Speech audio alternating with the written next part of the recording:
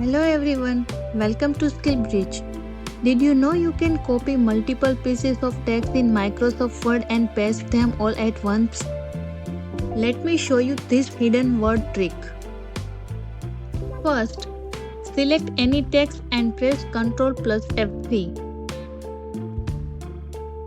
Now, select another pieces of text and press Ctrl plus F3 again.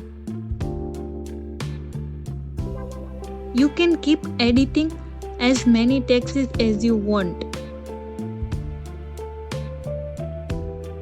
Now, go where you want to paste everything and press Ctrl plus Shift plus F3. Done. All your saved texts are pasted together.